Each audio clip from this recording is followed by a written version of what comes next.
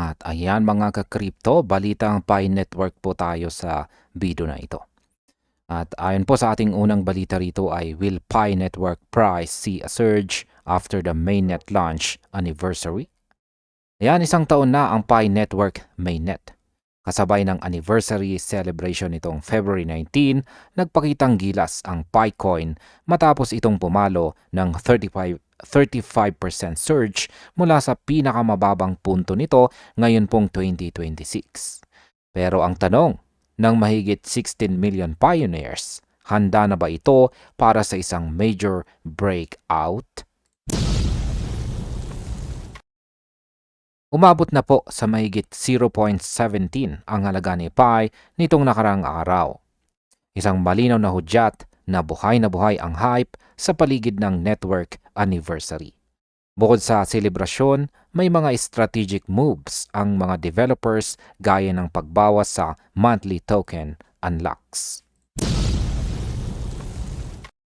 Ngayon, ang nakakatawa po rito ay habang ang iba ay naghihintay lang, ang network ay sadyang hinihigpitan ang supply para mapataas ang value.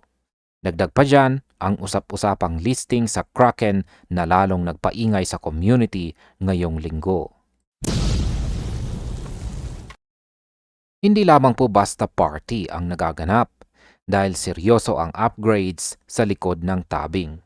Matapos po ang protocol version 19.6, nakatutok na ngayon ang mga developers sa susunod na malaking hakbang.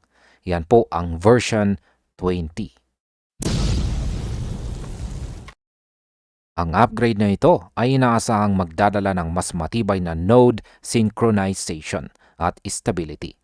Sa mahigit 16 million pioneers na nakamigrate na sa mainnet, ang infrastructure ng Pi ay mas lumalakas na nagbibigay ng kumpiyansa sa mga investors para sa long-term growth. Ngayon ay silipin naman po natin ang numbers. Sa kasalukuyan, ang RSI o Relative Strength Index ay nasa 44. Ibig pong sabihin ay neutral ang market. Hindi pa ito overbought, kaya may room pa para umakyat. Pero kailangan pong mag-ingat dahil may malakas po na resistance na nakaabang sa 0.20 at saka 0.25 na mga presyo. Kung mabasag ang mga pader na yan, ang susunod na destinasyon ay posibleng ang 0.30. Sa ngayon, ang support po ay matatag sa 0.1750. Habang tumataas po ang volume, inaantay na lang ng lahat ang isang malakas na market signal para sa tuloy-tuloy na paglipad. Ngayon, ang masasabi ko po rito ay ang unang taon ng Pi mainnet ay simula pa lang ng isang mas malawak na ecosystem. Sa darating na version 20 at sa patuloy na pagdami ng mga pioneers, ang stability ng network ang siyang magiging susi sa presyo nito sa mga susunod na buwan. Breakout na nga ba o consolidation muna?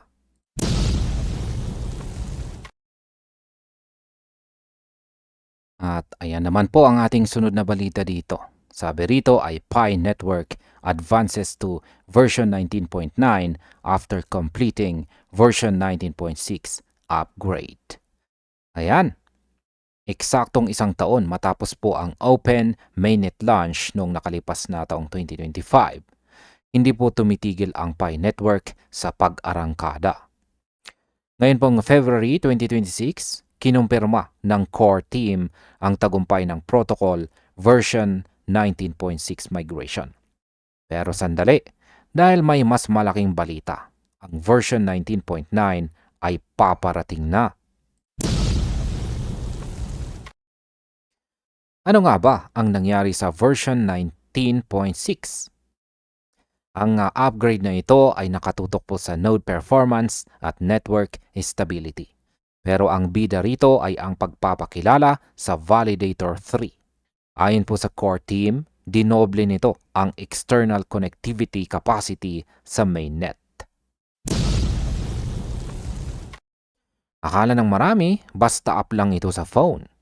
Pero ang totoo, ang mga nodes at supernodes na tumatakbo sa laptops at desktops ang siyang nagpapatatag sa Stellar Consensus Protocol ng Pi. Sa upgrade na ito, mas mabilis na po ang data processing at mas matibay na ang storage ng buong blockchain. Ngayon tapos na ang version 19.6, nakatitig na po ang lahat sa version 19.9. Ito ang inilarawan po ng core team bilang final step bago ang transition sa protocol version 20. Ngayon ay bakit po ba importante ang version 20? Yan, importante ito dahil dito po inaasahan ang mas malawak na scalability, decentralization at ang potensyal para sa advanced smart contract functions. Para sa mga node operators, huwag munang kumurap. Kailangang sumunod sa official instructions para maiwasan ang disconnection sa network.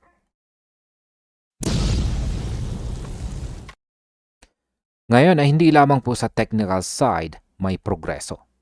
Sa kasalukuyan, mahigit 16 million KYC verified users na ang matagumpay na nakamigrate sa mainnet. Matapos ayusin po ang mga pending migration cases, mas bumibilis na ang ecosystem growth.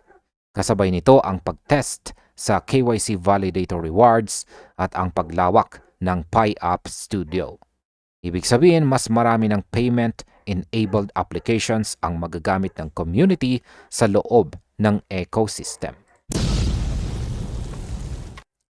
Ngayon, ang masasabi ko po rito ay mula version 19.6 hanggang version 19.9 at sa lalong madaling panahon, ang protocol version 20. Ang roadmap ng 2026 ay puno ng mga critical na updates para sa bawat pioneer. Ang tanong, handa na ba ang inyong mga nodes para sa susunod na yugto? Ang hinaharap ng Pi Network ay unti-unti nang nagiging realidad.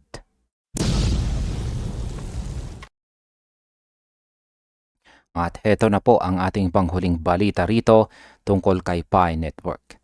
Sabi rito ay Pi Networks, Pi dominates the altcoin market, yet bears see storm ahead. Yan. Grabe ang pasabog ni Pi Network ngayong linggo. Habang ang ibang altcoins ay matumal, ang Pi ang naging best performing top 100 cryptocurrency matapos itong tumaas ng halos 40%. Pero sa gitna po ng selebrasyon, may mga babalang lumalabas. Bullrun na nga ba ito patungong $1? O may nagbabadyang bagyo? Sa loob ng ilang araw, ang Pi ay umakyat hanggang 0.20 at kasalukuyang naglalaro sa 0.18. Dahil dito, umakyat po ang market cap nito sa $1.7 billion. Dahilan para maging ika-47 or 47 na pinakamalaking cryptocurrency sa mundo. Naging trending topic ulit ito sa CoinGecko dahil po sa bilis ng recovery nito mula sa ilang buwang downtrend. Akala ng marami ay tuloy-tuloy na ang saya. Pero heto po ang plot twist. May malaking bulto ng coins ang pumapasok sa mga exchanges. Ngayon ay dito tayo dapat mag-ingat. Nitong huling 24 hours, halos 5 million Pi ang inilipat sa mga exchanges tulad po ng Gate.io at saka Bitget. Kadalasan kapag inililipat ang coins mula sa private wallets papunta sa mga exchanges, ibig sabihin nito ay naghahanda ang mga holders na magbenta. Hindi lang yan, mayroon ding aggressive token unlocks bago matapos ang February. Aabot po sa 15 million Pi ang ilalabas araw-araw. Kapag dumagsa ang supply sa market ng sabay-sabay, alam nyo na ang posibleng resulta. Pressure sa presyo pababa. Pero syempre, hindi po papatalo ang mga bulls. Naniniwala po ang Pi Network Academy na warming up pa lang ito para sa isang higanting pump patungong $1. May mga nagtatanong na rin kung aabot ba sa 0.50 ang presyo bago ang Pi Day o March 14. Maging ang ilang kilalang analyst ay nagdagdag ng Pi sa kanilang portfolio na nag-i-expect ng hanggang 500% rally sa midterm. Ang momentum ay nandyan, ang community ay solid, pero ang labanan sa pagitan ng supply at demand ay ngayon pa lang talaga magsisimula. Ngayon, ang masasabi ko naman po tungkol dito ay maganda ang performance ni Pi sa nakaraang 7 araw. Pero ang susunod na mga linggo ang tunay na test. Papalo ba ito sa bagong highs o kakainin ng sell pressure mula sa token unlocks? Sa mundo ng crypto, lagi po nating tandaan, planuhin ang exit bago ang hype. At ayan, hanggang dito na lamang po tayo sa video na ito mga ka-crypto. Maraming salamat sa panunood.